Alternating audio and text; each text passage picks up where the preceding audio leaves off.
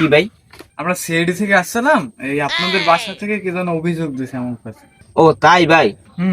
এই এই যে রাব্বি চৌধুরী কি, সেই তো আমাদের কাছে ফোন দিয়ে অভিযোগ জানালো। রাব্বি চৌধুরী এই বাসার মালিক।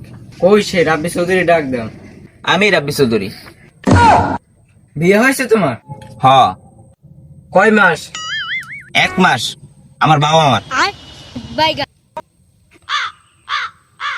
কোথায় তোমার বাবা মা?